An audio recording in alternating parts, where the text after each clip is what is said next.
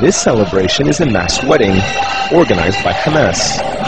With more than 450 happy couples-to-be, the Islamic movement's event has become a popular attraction among the people. Each couple is given a cash payment of approximately $500, which goes a long way in Gaza. While the event was paid for, organized, and attended by some of Hamas's top political leaders, the couples were not just Hamas members, but from various factions. The only flags waving on stage were Palestinian and not party ones. Hamas's popularity has waned since it came into power in 2006.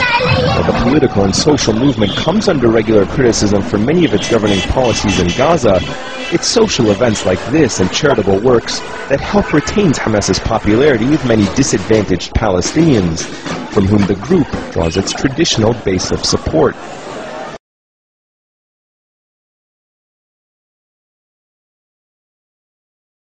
فأما إجراء العقد فهذا أمر يعني ليس له سن معينة في إجراء العقد.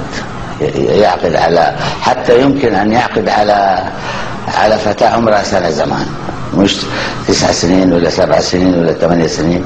هذا مجرد عقد إيجاب وقبول بين، بس الولي يكون هنا هو الأب لأنه ولي مجبر فتصير زوجته. لكن هل الفتاة أو البنت محل للدخول أم لا؟ طبعا وكم سن الدخول المناسب؟ هذا يختلف باختلاف البيئات وباختلاف الأعراف عند الناس.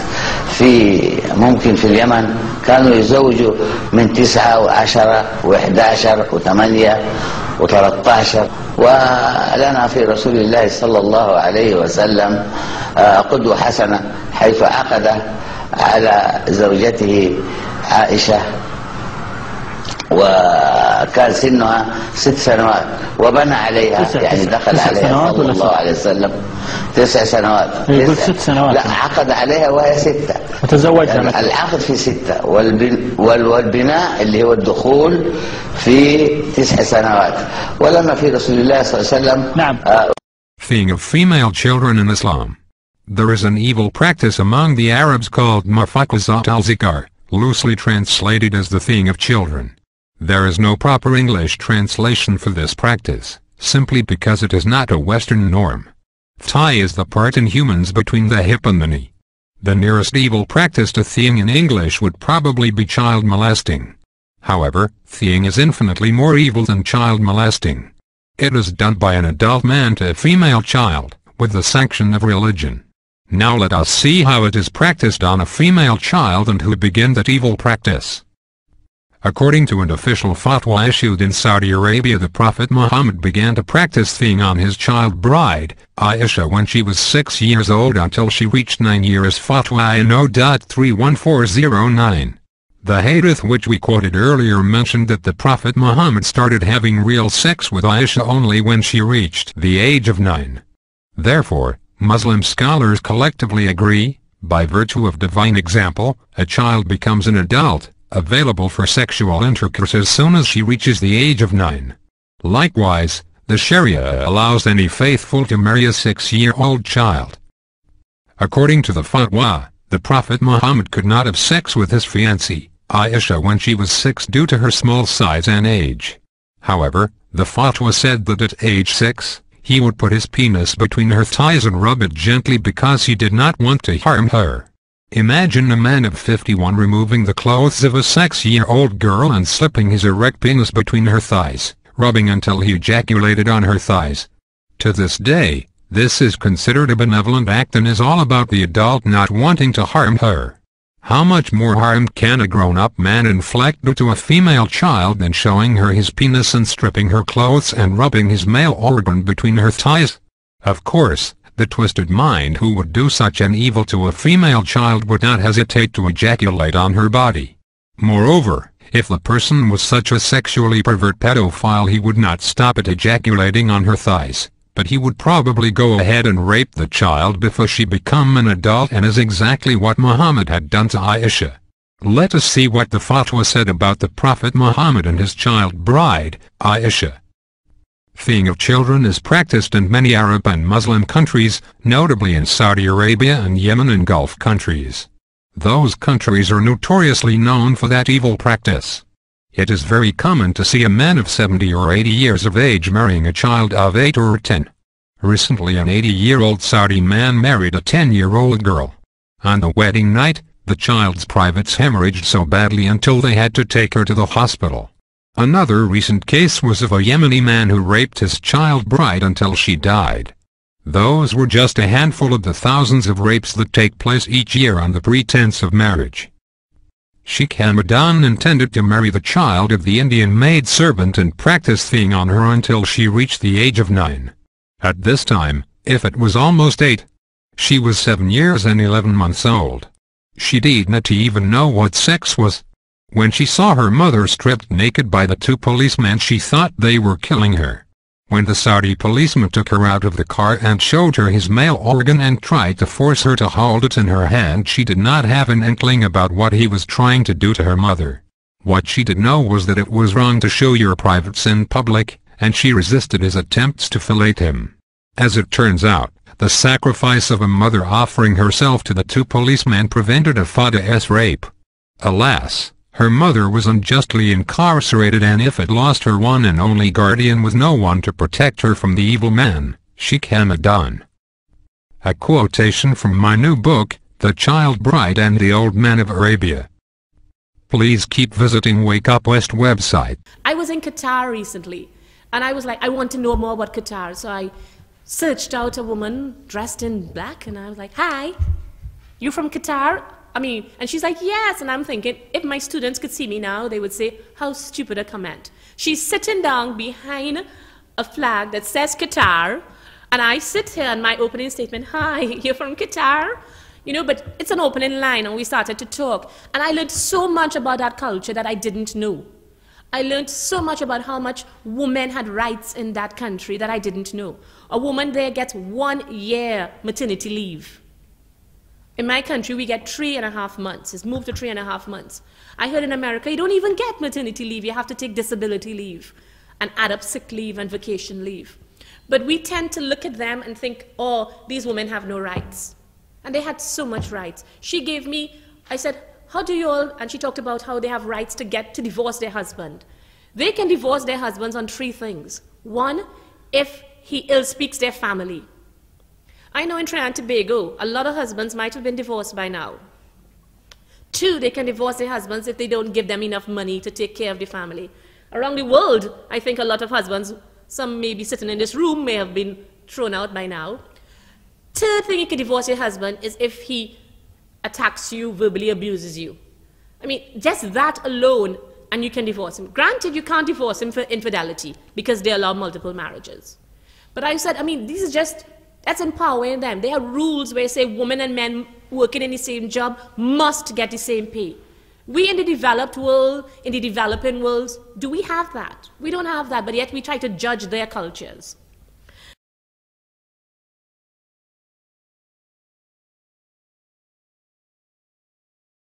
بس مشاعر صغيرة على الزواج. لا، ايش اللي خلاكي بعدين ما خلاص ترجعي تندمي؟ أقول لك إني انفصلت على الدراسة. أيوة. وإني إنسانة صغيرة مش قد المسؤولية. أيوة. وافقتي في الأول؟ وافقتي في الأول على البيت؟ بكيت. مش موافقة. أمال إزاي فرحتي بالفستان؟ حتى لو كنت ما بشوف الفستان عادي بكون فرحانة. يعني متى أدركتي أنتي فرحتي بالعرس واللمة؟ متى فهمتي إنك تزوجتي؟ يعني لما كنت خارجة. رايحة فين؟ مروحة. بسرت بعدين. مروحة فين؟ للبيت بيت عمي. بيت الزوج يعني؟ اتزوجتي ابن عمك؟ أيوة. كم عمره؟ 26 سنة. بعدين ذكرت وبكيت.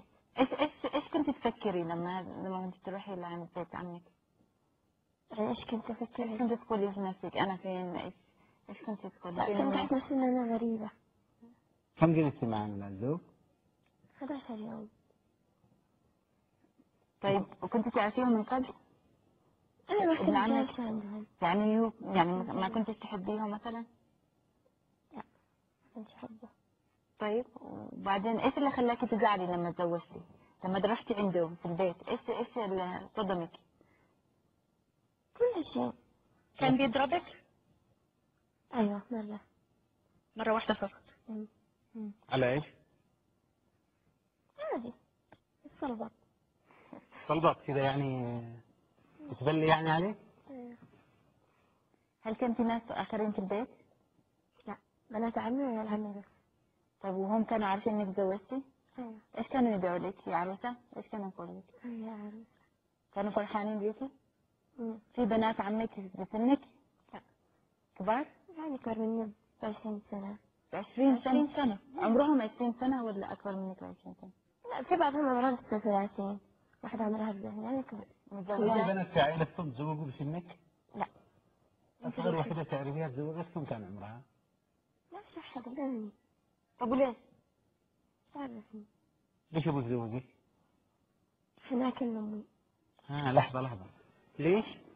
هناك أمي. أمك مطلقة؟ أنا الصالح انفصل. أيوة اختلفوا انفصلوا؟ ولما انفصلوا هو يريد يغيظ أمك؟ أيوة. يزعل أمك؟ أيوة. مكيف الأم يعني. أيوة. وأخذني يعني كانت تصل كانت أقول لها بكيتي ولا لا. يعني بعد ما زوجك كان يتصل لأمك ويقول لها بكيتي ولا لا؟ يعني مستمر في أنه في الحناكة في الإيغاء. أيوة. طيب ريم كيف اتطلقت؟ ولسه بس الآن يعني خليناها ودي إنه كل واحد يروح بعد حاله. بدون طلاق؟ لجأت مين في الأول؟ مين اللي توسط في مسألة حل المشكلة؟ أبي. أبوكي اللي زوجك؟ أيوة. هو اللي حل رجع البيت وحلينا. أنت أول ما بعد 11 يوم إيش عملتي؟ عملت نفسي إنني تعبانة عشان يطلعوني. يطلعوني لعندي. لعند أبوكي وبعدين كنت أنا على أساس إني بهرب. كان بيصلحها بداكي ومحل جنب الباب. ما قدرت. بتهربي يعني فين؟ يقفل عليك الباب عشان مش عايز تخرجي. بتهربي لا؟ عند أمها. وبعدين؟ كيف خرجتي؟ كيف هربتي؟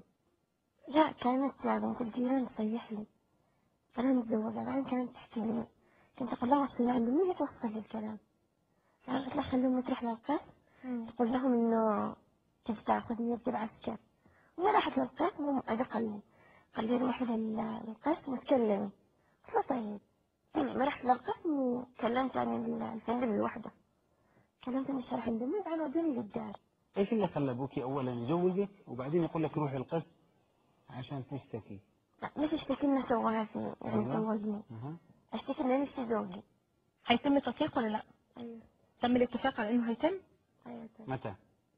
يعني بهذا اليوم يمكن. واذا ما طلقت؟ ننتحر. ايش تعملي؟